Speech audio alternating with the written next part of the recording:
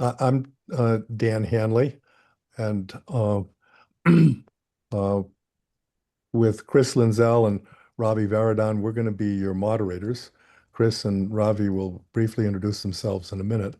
Um, Frank Harrell is going to talk to us about questions we forget to ask when designing a randomized clinical trial, which is really things.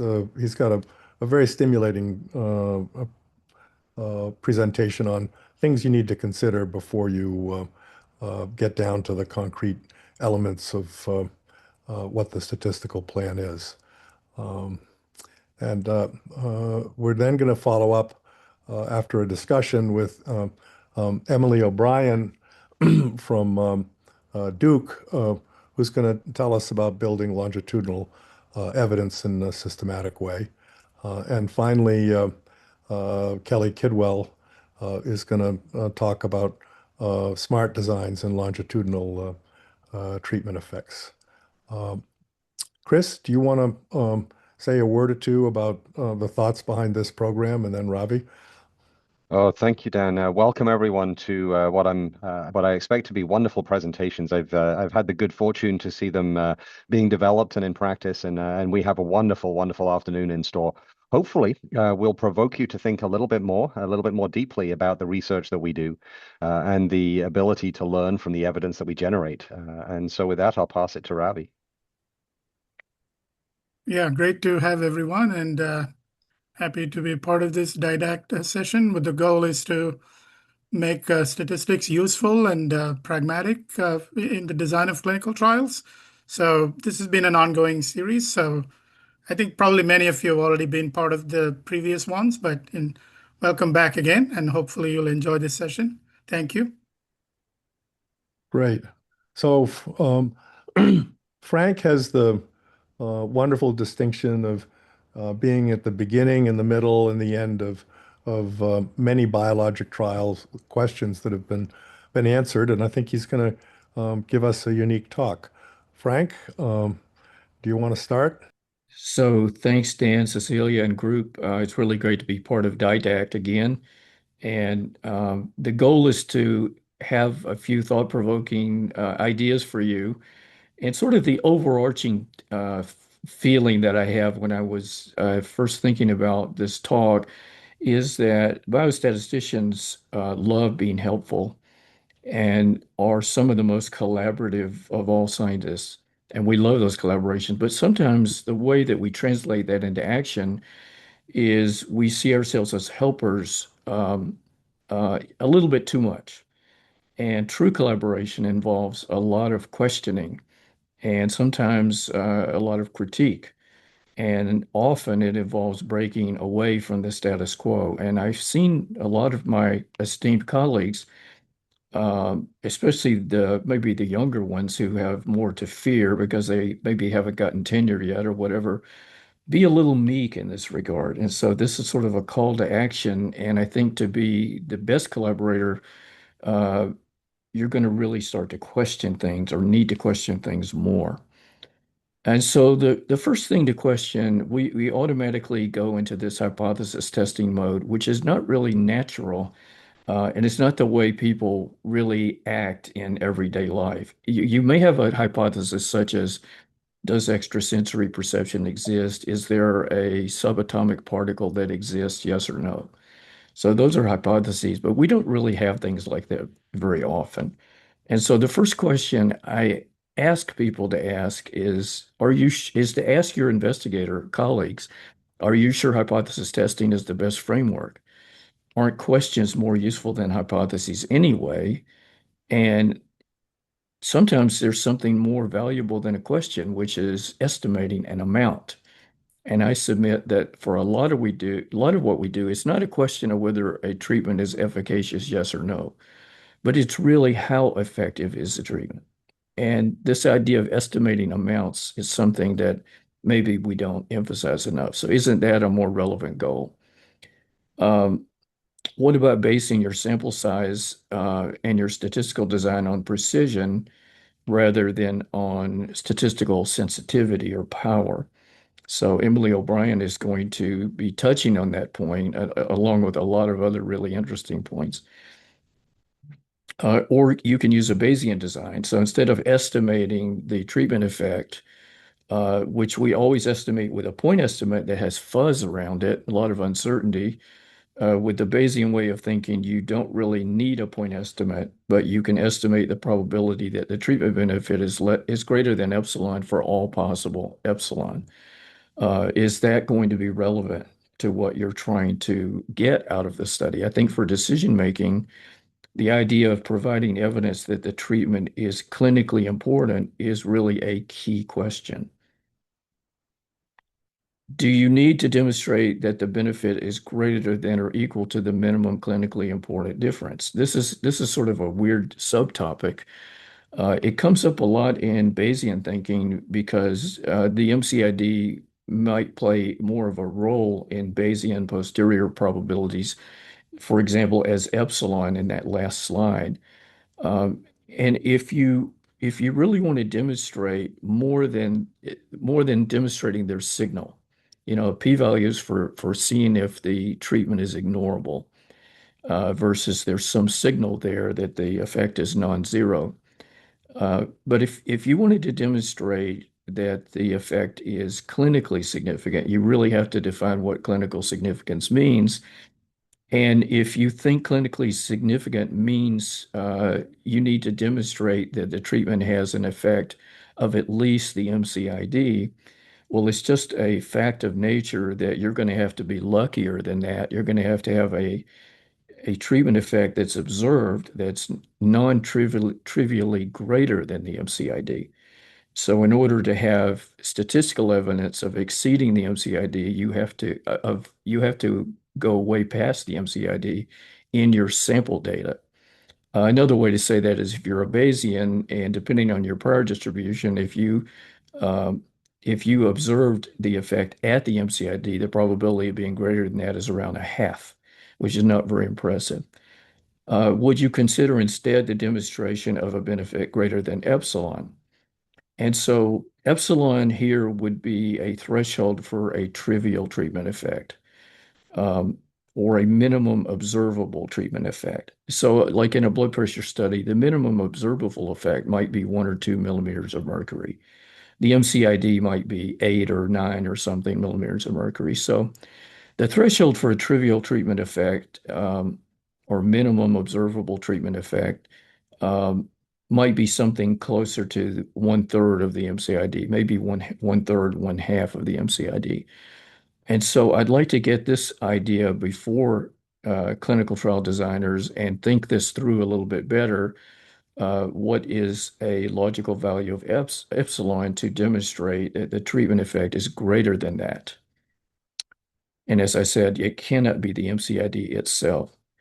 Um, are you aware that most fixed sample size designs end equivocally? And so equivocally might be a p-value greater than 0.05. And what is the exact interpretation of that? I've tried many times to word exactly what that means. This is my latest attempt. You have failed to generate sufficient evidence at the current sample size, and I really want to underline that word current because sample sizes are so arbitrary. Sufficient evidence to refute the supposition that the treatment effect is ignorable at the completely and utterly arbitrary alpha 0.05 level. So that's what it means when you have a alpha 0.05. And it doesn't mean you can accept anything because frequentist tests are testing against something, and they don't provide evidence in favor of something, whereas Bayes provides evidence in favor of every possible epsilon.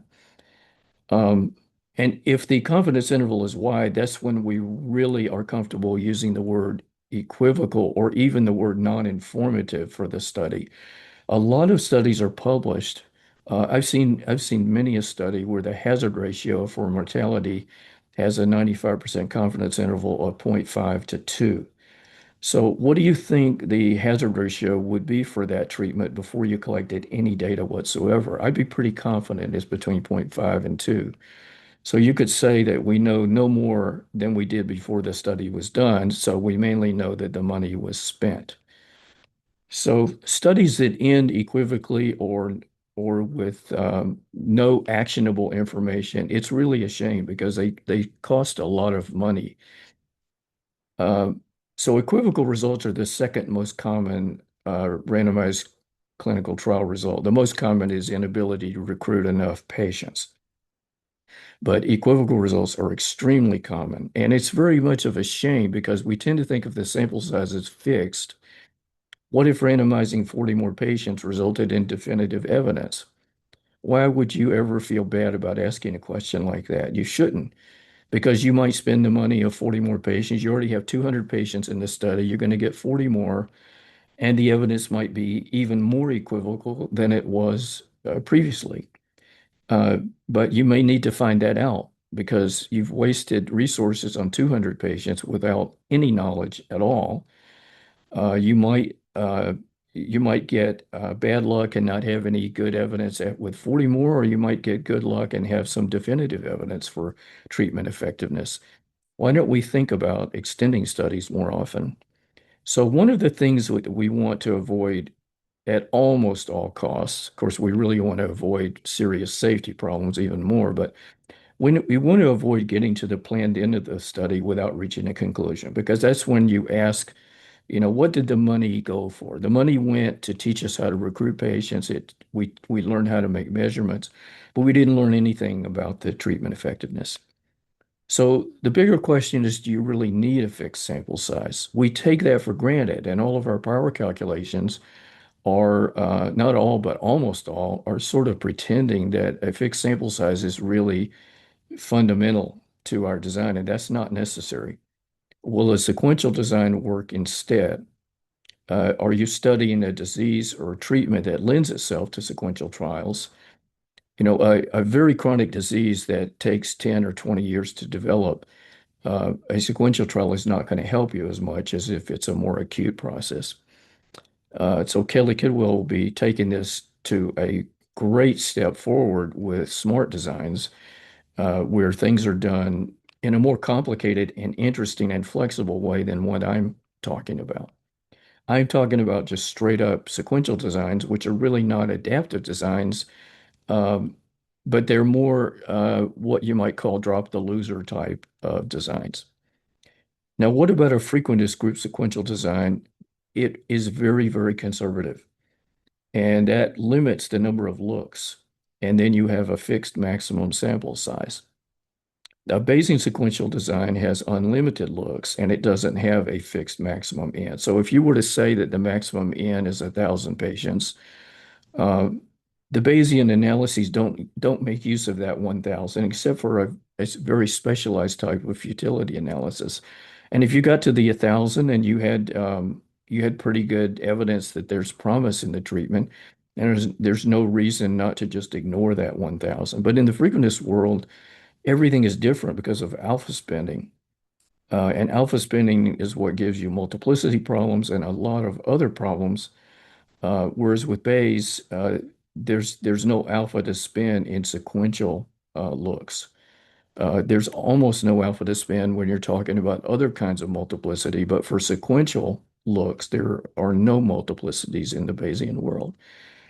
And so another way to say that is, why don't you consider a Bayesian sequential design and try to even avoid calculating a sample size? I think the study will be more scientific. The only reason that you really need a sample size is to get approval for the maximum expected budget that you're going to need for the study. Do you want to possibly stop early for futility? This is where Bayesian methods have massive advantages. I've done some simulations about this that have typically shown that if you had a fixed sample size design that ended with a p greater than 0.05 at the maximum n, you typically could have stopped with the same conclusion about 1/3 of the way. In other words, you have an equivocal result at the end. You could have stopped about 1/3 of the way through with an equivocal result, or not having evidence for efficacy. You may be stopping with actual evidence for inefficacy, which is something Bayes will tell you a lot about. So it's rather than stopping early for futility, it's a little bit more general and simpler to think of stopping early for inefficacy. And if by inefficacy you mean the effect is less than epsilon, and epsilon is something greater than zero. It's not just zero like a null hypothesis. If epsilon is the threshold for a trivial treatment effect, and you provided strong evidence that the treatment is inefficacious, you can stop much, much earlier with a Bayesian sequential design than with any frequentist design. And now a key concept there is most futility analysis is useful, but it doesn't go far enough because they use zero in place of epsilon. So what does that mean? We're going to let a study continue to go if it has some chance of success, where success means you're demonstrating that the treatment effect is greater than zero. You might get to the end by not stopping early for futility. You get to the end of the study, and the treatment effect is there's evidence that it's greater than zero, but it's not clinically significant.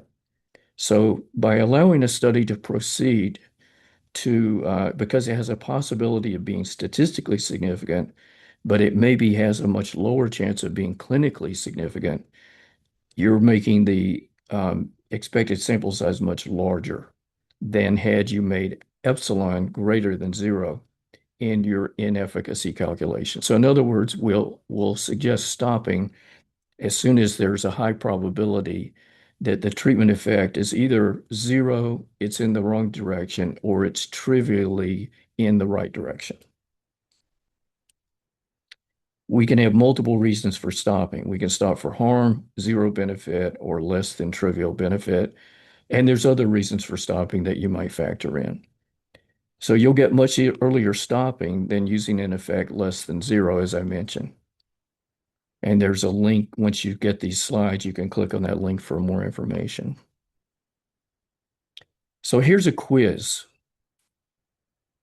How far along in an RCT can you have a Z statistic? This is your normal 0-1 type of Z statistic, like difference in means divided by standard error.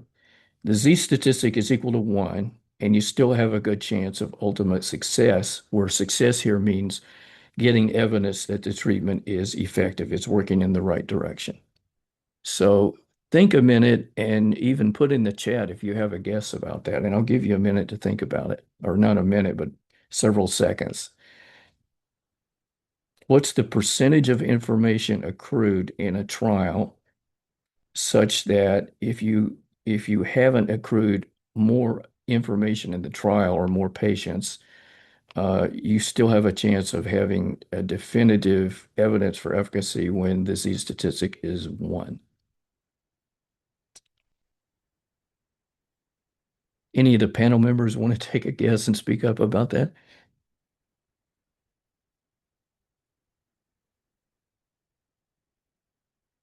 Okay, 33%. It's a pretty good estimate. That's from Terrence. Pretty good. The answer is about 40%. That was a very good guess, Terrence. So if you're farther than 40% along and your Z statistic is exactly equal to 1, you still have some chance to have some evidence for treatment effectiveness if you're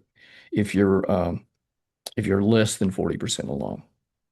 So the next quiz item, how far along in a trial can you have treatment outcomes working in the wrong direction and still have a good chance of ultimate success? So your Z statistic is negative, and negative means treatment harm. So how far along in the terms of like sample size or relative information in the trial can you be and have a good chance of turning it around, reversing the Z, and then reaching something, around 2 or something, showing evidence for benefit? Anybody want to put in the chat a guess at that?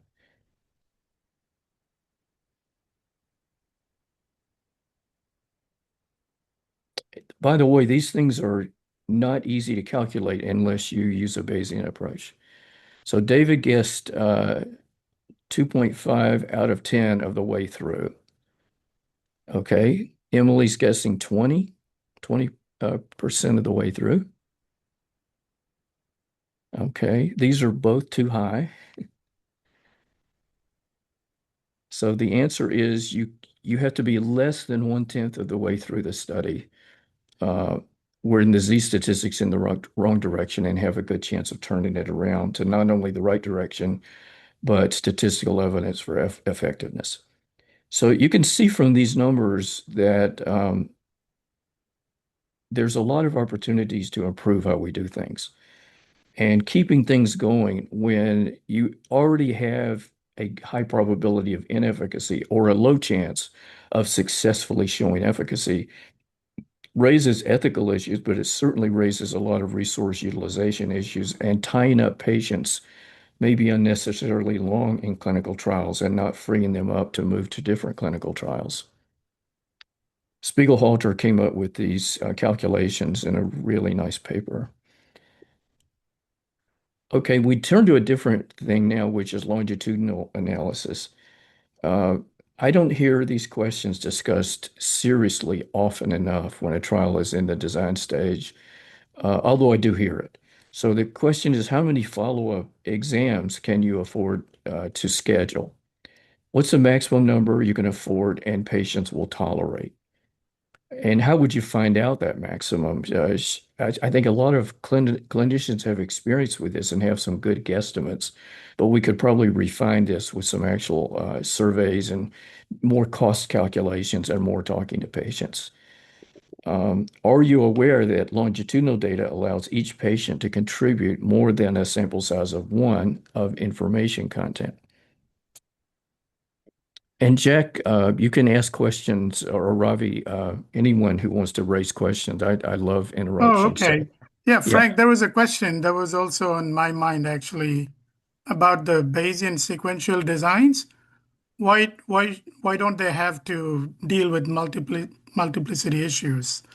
Because my understanding is that even though it is Bayesian design, but you may still have to calibrate with the frequentist properties, yeah? No, you don't.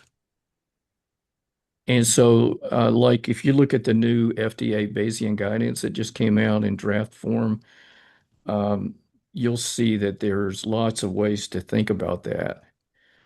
I want to just show you this blog article that a lot of people have connected with, where it really shows the difference between alpha and Bayes in a very simple demonstration that if you were to look at the scores of in a football game, and if you looked often enough, you'll see a point differential greater than 10 points, such that the more you look during the TV watching of the game, the more chance you have for a team to be 10 points ahead.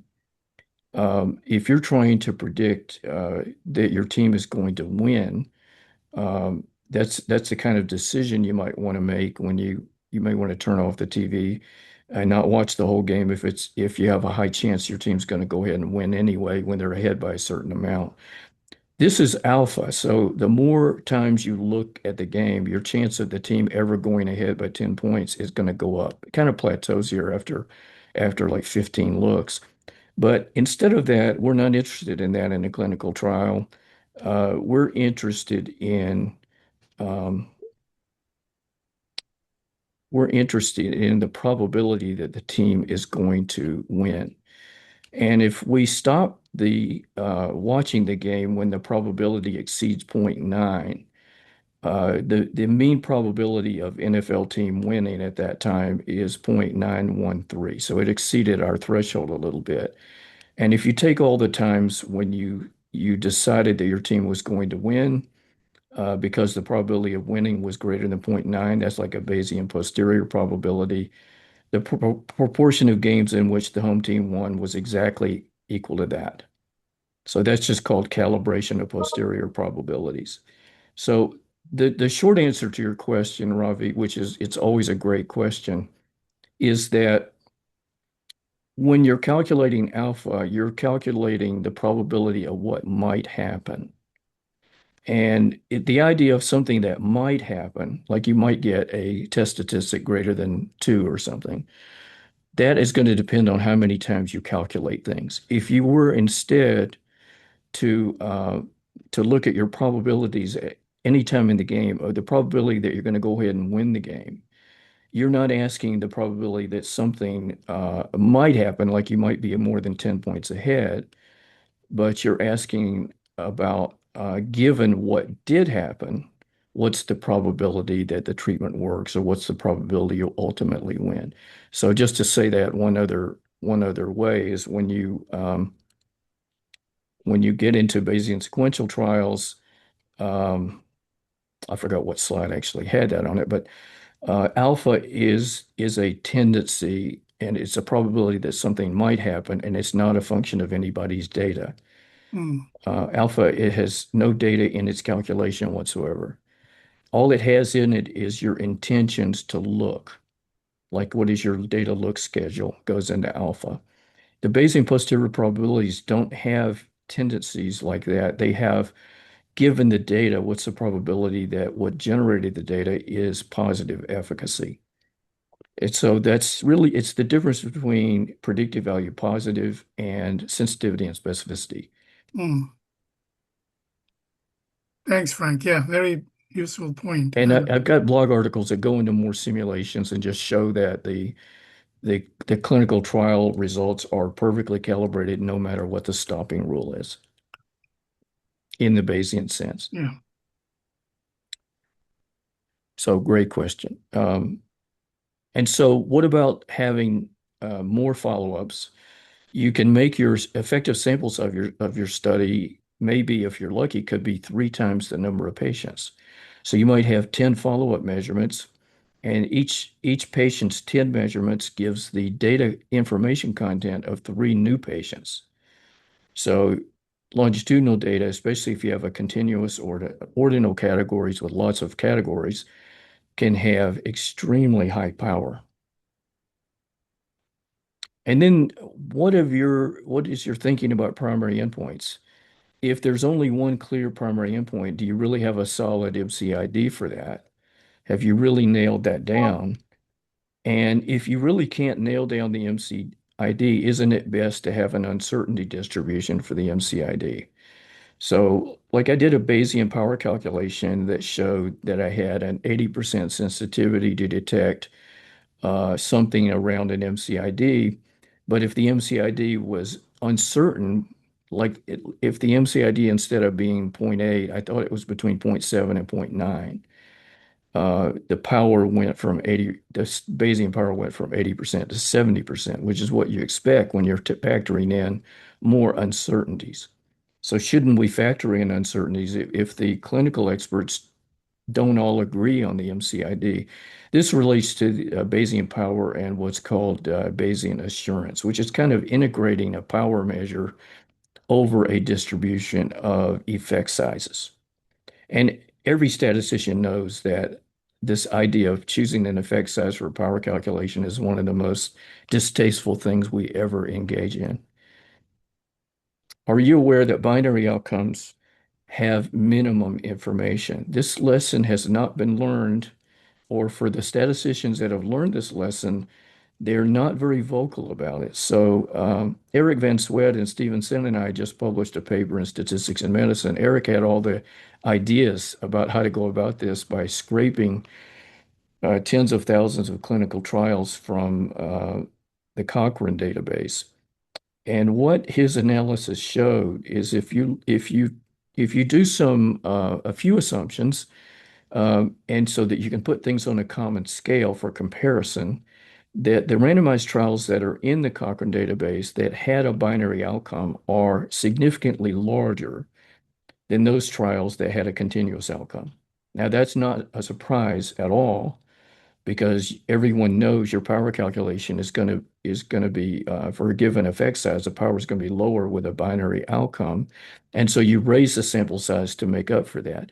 But the part that was, I think, impressive, that is kind of more of a nail in the coffin of using dichotomous outcomes, is even with the larger sample sizes, the power of the studies that used a binary outcome was lower than the power of clinical trials that are actually done with continuous outcome.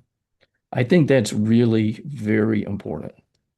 And so I have seen statisticians cave on this issue to an extreme degree. And I've heard clinicians say, we need to be able to interpret the results, so we need the outcome to be simple. Well, that logic doesn't carry at all.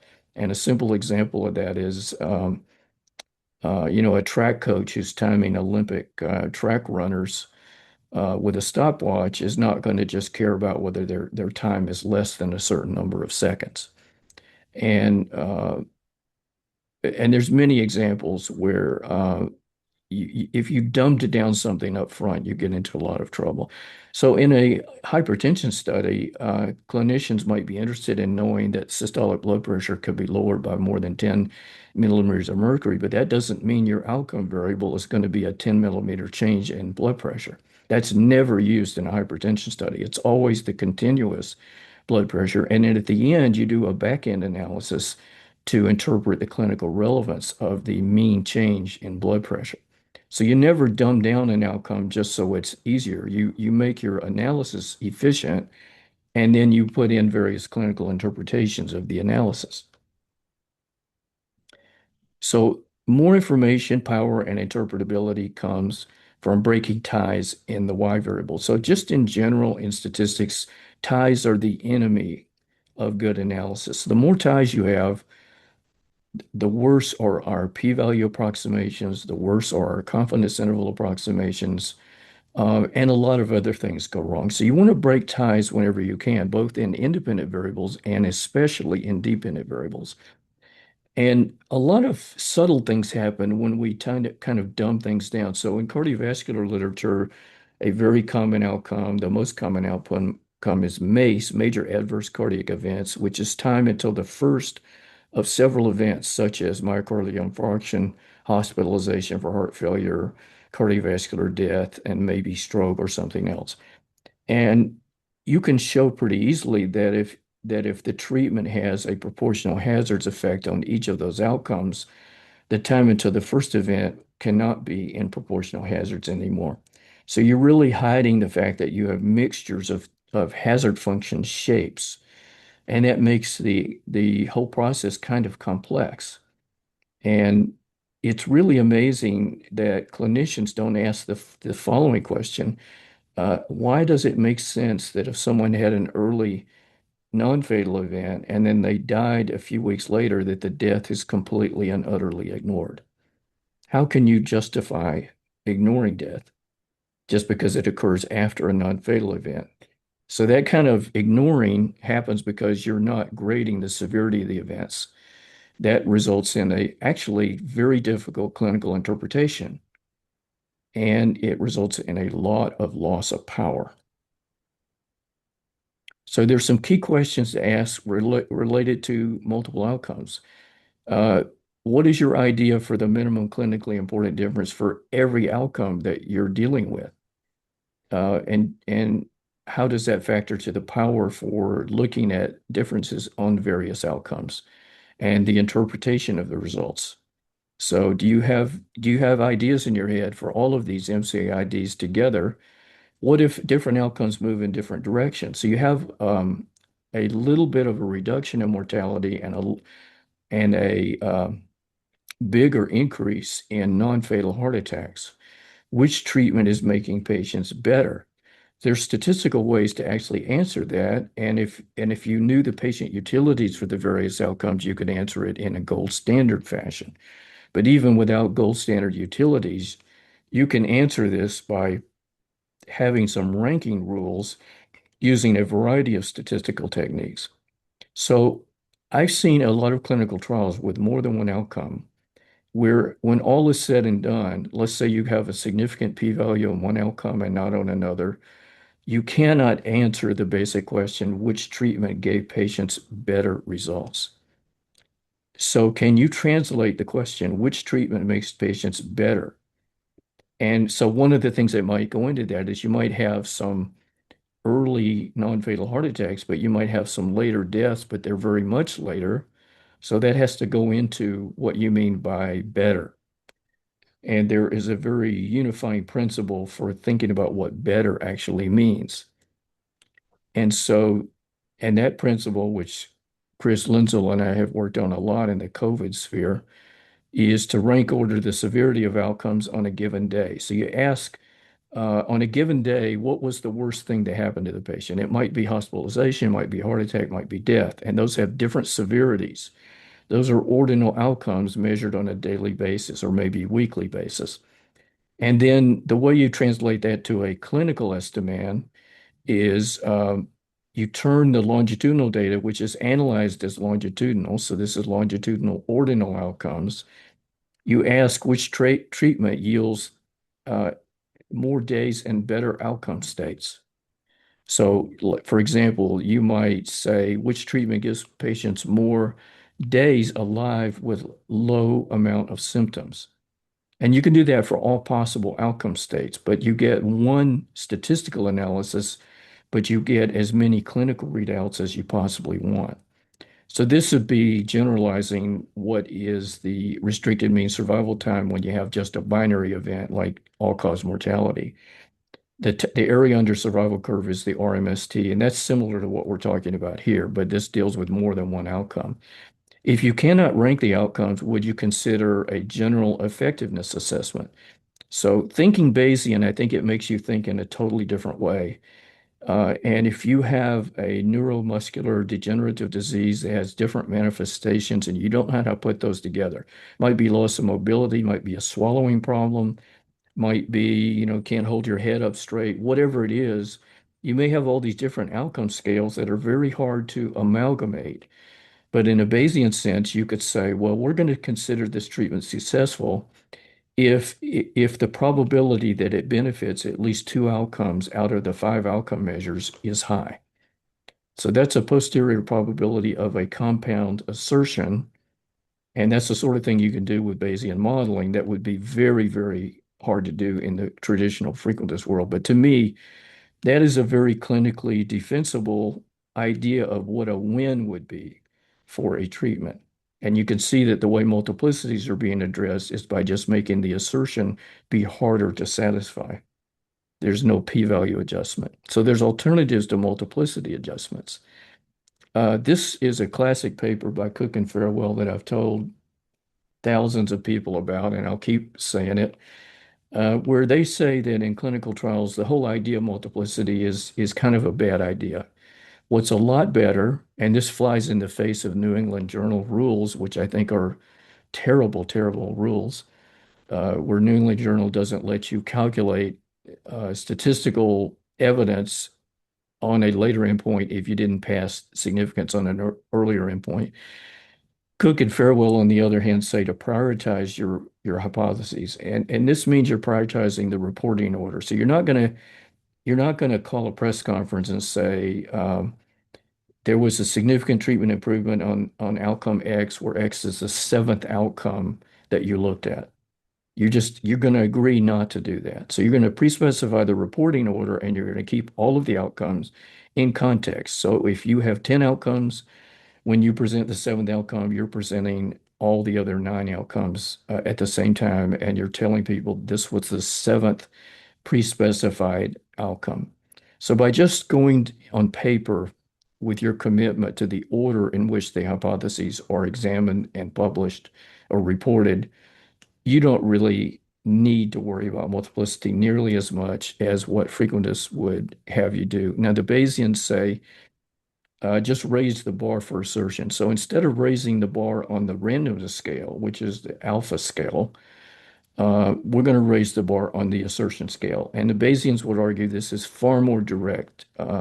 Addressing multiplicity head on is that if you're giving yourself a lot of opportunities to find treatment benefit, make the assertion more difficult to achieve and more clinically relevant. So this is one we've already seen, or you could say there's four outcomes in the study.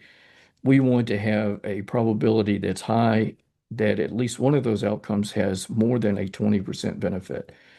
That is, to me, far more logical for handling multiplicity than dividing alpha by 4 or whatever adjustment you want to make. So in summary, a lot of RCTs are designed on a wing and a prayer, and there's a lot of uncertainties they don't consider. And we end up with a power calculation. And I know there's a paper that just came out in Annals of Internal Medicine that I think could not be more wrong when it says that if you stop early for efficacy, it's unethical because you can't trust the result. Well, that's true with a frequentist design, probably. It's not true with a Bayesian design at all. And it doesn't recognize the fact that when you're stopping early, you're assuming that your final sample size was meaningful. And in my experience, most of those final sample sizes are just practical considerations. They're not very meaningful at all. So calling something an early interim analysis and pretending that your planned final analysis is golden is a big mistake. It's mainly voodoo. Resource waste is not envisioned at the start, but it is highly lamented at the end. Avoid the frequentist multiplicity mess. Trialists are averse to change, and sometimes statisticians are too. Statisticians need to show leadership in this regard. And if you're content with the status quo, don't ask too many questions. So I appreciate everyone listening, and I'll be really glad to hear any questions or concerns or discussion people have. Yeah. We have gotten a couple questions. Oh, go ahead, Ravi. No. Yes, Frank. Great. You challenge us to be the statistical gadfly. Keep poking the investigators. Don't give up. But there is a question about composite outcomes, whether they need to be in the same direction. You mentioned about the composite outcomes, yeah? So they're asking if the treatment effects need to be in the same direction or not. Right. Yeah, I don't think they do, but um, sometimes you need to actually make trade-offs in a formal way so that people quit arguing about it and using subjective judgment. A lot of those discussions are deferred until all the data are in and everyone's biased by the results in every piece of the study. This idea of rank ordering the severity of outcomes on a given day is a very simple idea that gets around that question you're bringing up. Because if if a treatment was to make things worse on heart attack, but make things better on mortality, mortality overrides heart attack on a given day or whatever your time period is. But by the time you put together the whole longitudinal picture, uh, you're not making an assumption about, say, an early heart attack is worse than a late death, but you're allowing for clinical readouts to be made on the longitudinal analysis. And I don't know if this is answering your question well enough, but the idea of ranking, if the clinicians all agree about which outcome is worse than which other outcome, this goes a decent amount of the way to solving the problem of how trade-offs need to be made when the treatment might improve one piece of the outcome and make another one worse. That's great you said that, because another question was exactly that. For multiple outcomes, what if different patients or researchers have different opinions on how to rank them? So Yeah, and of course you could have often what's used as a Delphi approach or a majority rule. But if you felt like that was not good enough, you could have alternative analyses specified as secondary analyses with a different ranking. The other thing that happens is if, let's say you had a 12 level outcome scale and there's two levels that people could not agree with which one is worse, but they happen to be adjacent to each other. You just pull those into one category. So we'll say it's either this skin infection or this coughing. Either one, we'll count them the same because there's no clinical agreement about which one is worse. If we had done utility assessments in commonly for many different diseases, we would be farther along because the utilities help you really make the trade-offs in a way that's very relevant to patients once you have things like time trade-off assessments and whatever. And there was a follow-up question on that multiple outcomes about a global statistical test, which combines these multiple endpoints into a single test statistic, like, the O'Brien method, for Mm-hmm. example. Do you want to comment on that, whether that could be a useful tool or? And I want to mention, let's see, I'm going to put in the chat, I'm going to put a link to something that addresses that. This website has a lot of resources about endpoints, and it has a link to a new paper that just came out in Archive in preparation for journal publishing, where a whole bunch of us got together to show detailed descriptions of a lot of these methods that you mentioned, including the longitudinal ordinal, but also including global assessments. And so you'll see that as a bullet point Right, in that page on Archive. It really goes into a lot of detail, and it has advocates as authors from the different schools of thought about this. That's what I love about it. right. My short take is that when you have a global method like the O'Brien method or the win ratio, win isn't global in the same sense as O'Brien because it has a favored outcome that sort of may dominate. Mm, But with the win ratio and with the global outcome and the method called DOOR, DOOR, they don't give you a clinical readout. And so you can't say, how much better are patients? It's just more like the ROC area is greater than 0.5. It's that sort of assessment you get. Um, so we might have evidence that treatment's better, but if you ask how much better, you can't do it. And also, you don't get a measure on a per treatment basis. So think about a two treatment study. You mainly care about comparing those two treatments. In a three treatment study, you want to have table two that has the results for treatment A, B, and C. And when you have mm, a global comparison, you don't get something you can write down in the column for A, something for treatment B, something for treatment C. These are only relative. And by only being relative comparisons, uh, that's tied into the fact that you don't get a clinical readout. Whereas if you say, what's like in our COVID studies, I think we found, Chris can correct me, in with ivermectin, ivermectin gives you like 6 hours longer in a low symptom state while you're and being alive. So ivermectin has a benefit of getting you well, essentially getting you well 6 hours faster over a usual 14-day course. That's a clinical scale. So once you convert it to time scale, which the longitudinal analysis allows you to do, I think you get true clinical readouts. Just like it also gives you the equivalent of cumulative incidence calculations. mm. Those are pretty clinical also. I think those are all the questions that I can see. Oh, there's one comment. Maybe it says, "Thank you for calling out New England Journal of Medicine." One problem I encounter is that investigators know the probability of getting a positive study result uh, includes the probability of getting the study funded. This reduces their willingness to consider designs that may have better properties, but only if you condition on the study being funded in the first place. Well said. Yeah. Ravi, I put my hand up. Oh, yeah, sorry, Dan, I didn't see No, you. that's okay. No, I think we want to take care of the chat first.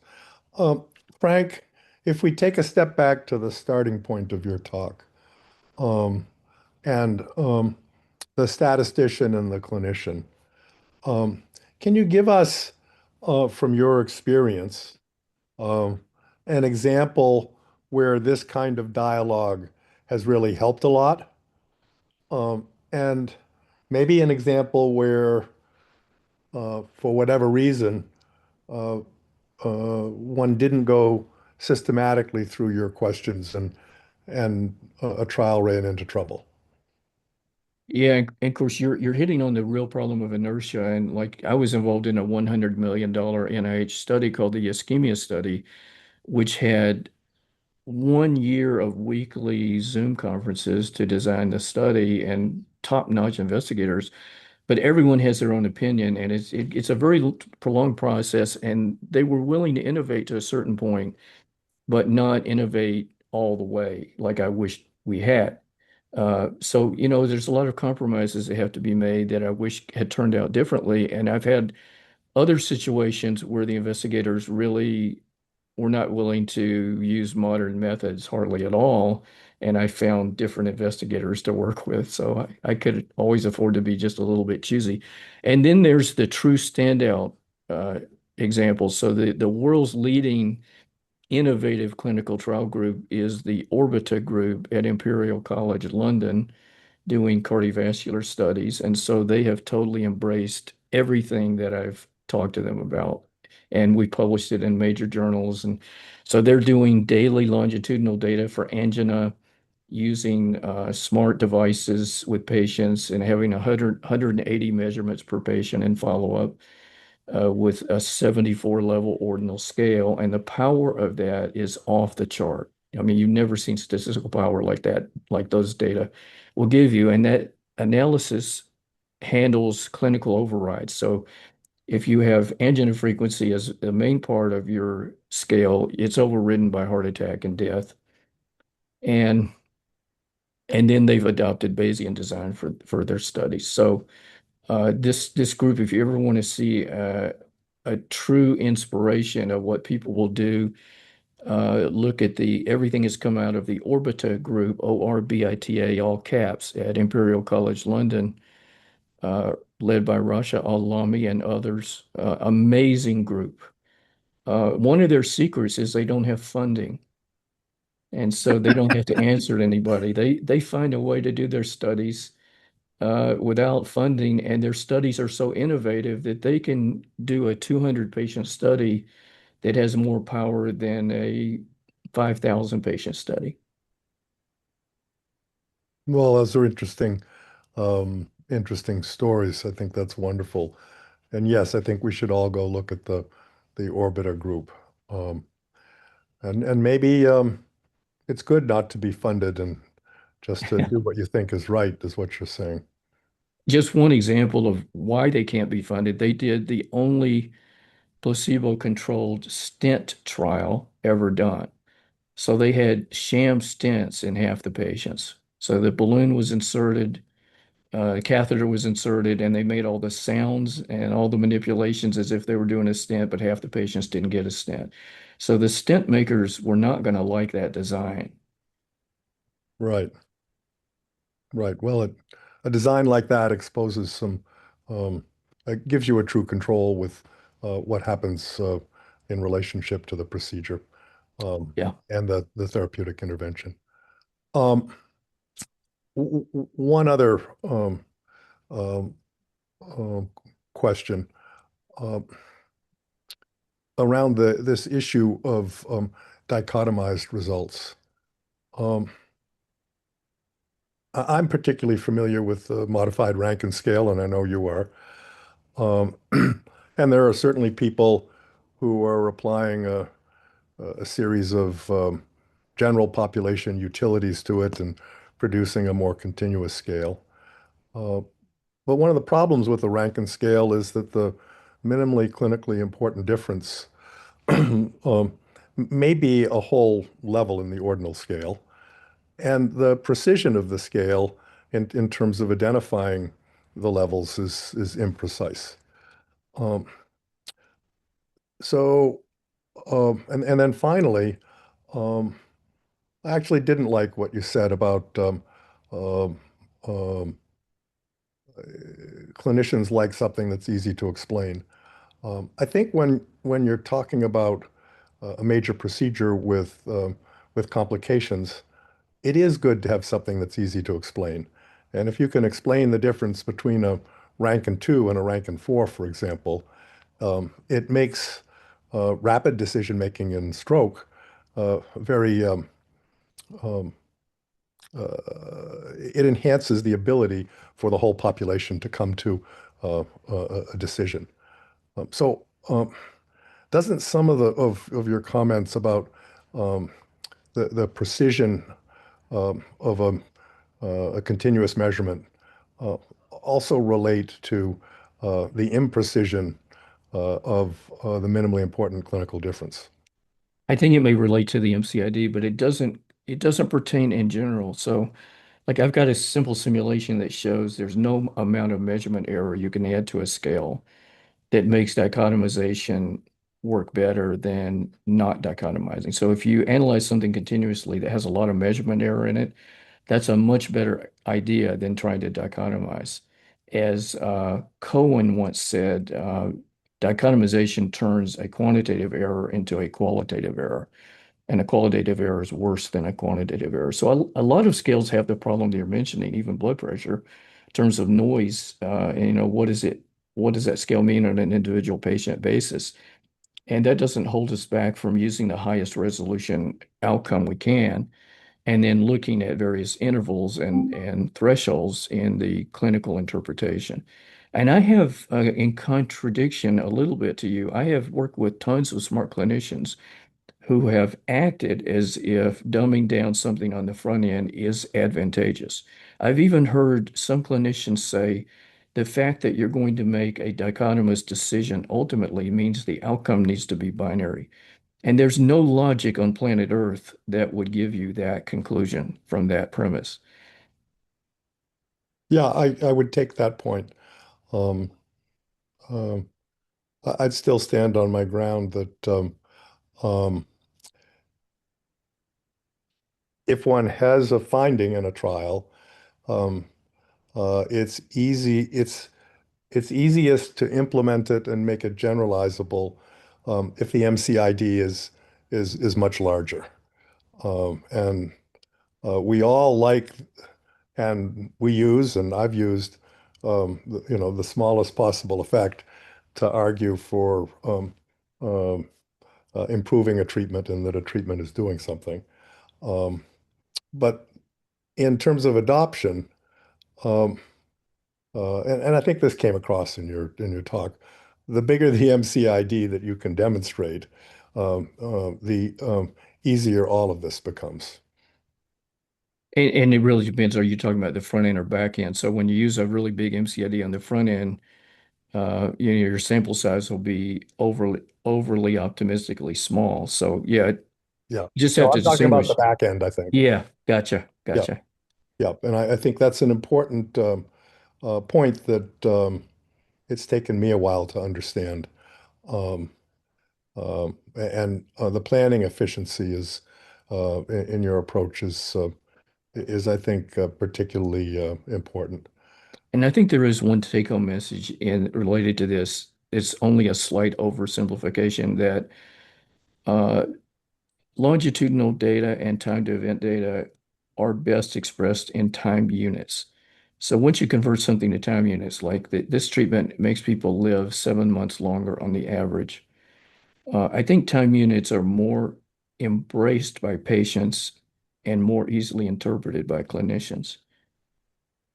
So that's a plea for when we have longitudinal data, you can state it in terms of the time effect. How long did you spend with good cholesterol, whatever it is you're doing. And it also solves a very subtle statistical question, which is when you have time by treatment interaction, you have 2 degrees of freedom.